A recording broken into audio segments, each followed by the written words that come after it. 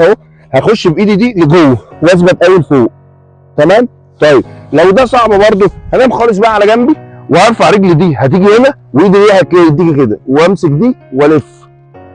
فانا كده عملت استرتش للمنطقه دي. طيب العكس اهو، هنام على الجنب الثاني اهو، الاثنين مع بعض كده، وافرد دي قوي وبشد دي، فانا كده عامل استرتش للمنطقه دي فبقلل الالم. طيب الاحسن منه ان انا هفرد اللي تحت واللي فوق دي متنيه، وبريح راسي خالص وبنزل اهو، وبنزل كده واثبت. فانا كده عامل استرتش على المنطقه دي جدا. حلو.